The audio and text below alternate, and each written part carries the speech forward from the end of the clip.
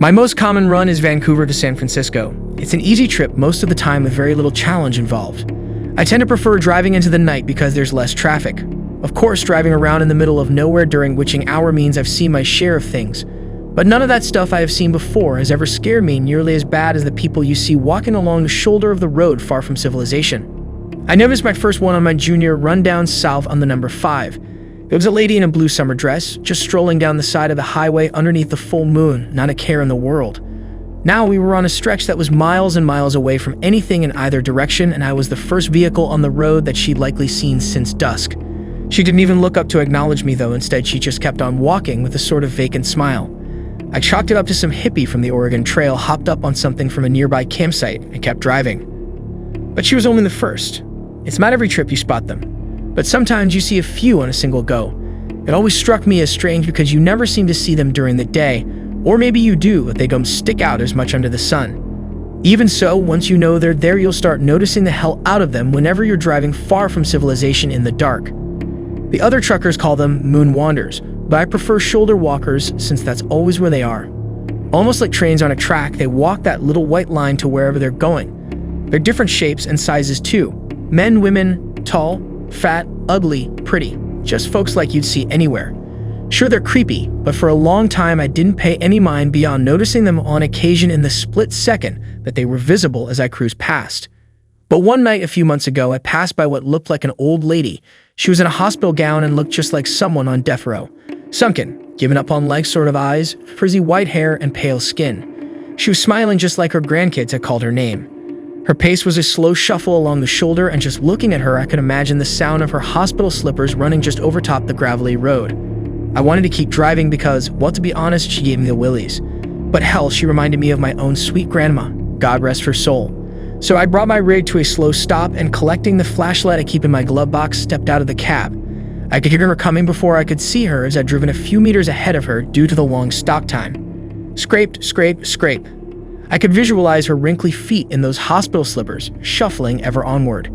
Quickly, I checked the Maps app on my phone and saw that the closest town to where we were was over 50 miles. No way this old lady was walking that. Putting my phone in my jeans, I held up my flashlight and started walking towards the sound of her footfalls. Hello, ma'am," I called out, hoping that she would speak up. No such luck, just more scraping. My hairs were on edge now as I waited for her to enter into the dim light of my flashlight. I nearly cried out as the ghostly appearance came into view. Not because anything was different from before, just because she looked so much more sickly up close. "Ma'am, are you okay? You're in the middle of nowhere, you know." She didn't say nothing, just kept smiling and moving steadily forward. Now my heart was beating hard. She's just senile. Senile and she needs my help, I thought out loud. But my feet were frozen in place. They were going back to the truck, or they weren't moving at all. She was getting closer though. As she reached within 10 feet or so, her wrinkled hands began to reach slowly up. Her fingers wiggled in my direction like a grandma reaching for her grandchild's face. She opened her mouth but didn't say anything, just grinned at me with pale gums. My legs gave out. As I fell onto my side, she reached down for me with surprising speed and dexterity. Before I knew what was going on, she had her bony fingers around my ankles, and I was getting dragged down the road. Desperately, I pulled back, but her grip was superhuman, and the addition of my weight didn't seem to slow her walk in the least. She stared down at me with those beady, sunken eyes, mouth agape, and a smile.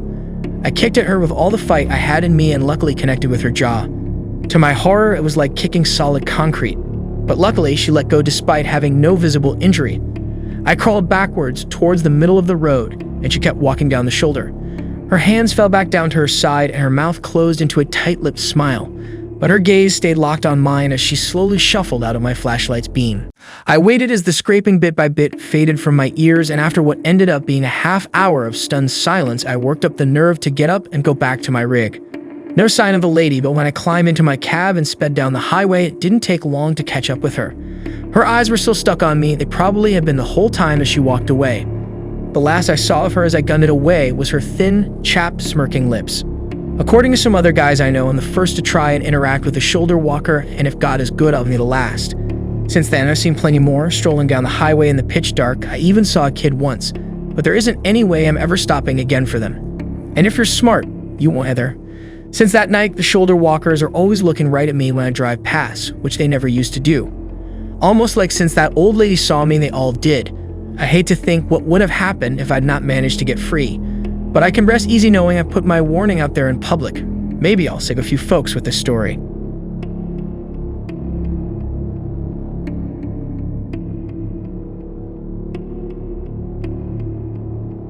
I was driving for Costco a few years back. It was around this time of year.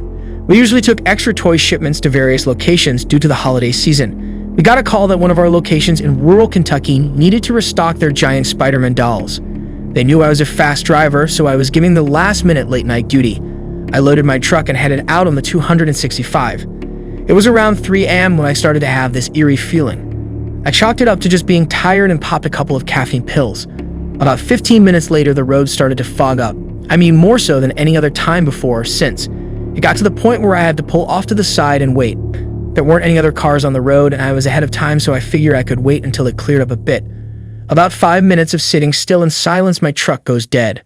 No lights, no engine, nothing. I tried my radio but cannot get anyone on. I checked my cell phone and there was no signal.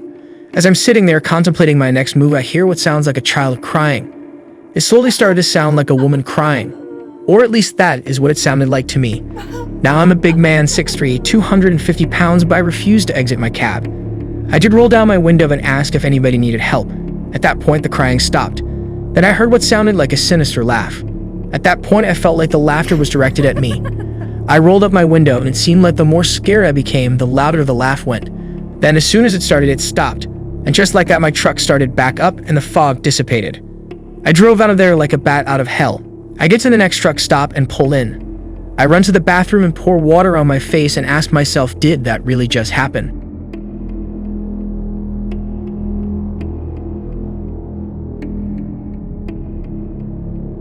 Many years ago, I was on a shift called Meet and Turn. This is where the driver that is domiciled out of the city will drive a load halfway to its destination, while the other driver that meets him halfway and brings the load where it needs to be delivered.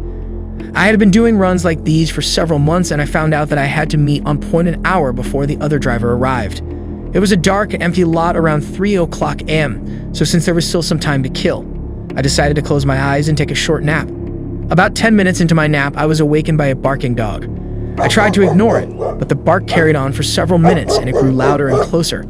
At this point, it became clear that he's either trying to alert me of something or he's just being a pain in the butt. So I sat up and looked out my window, and what I saw left me motionless. Standing there, inches on the other side of the glass, was a man around 35 years of age. He was a large fellow and he was barking at me. His eyes were crazy, and he was even frothing a little from his mouth.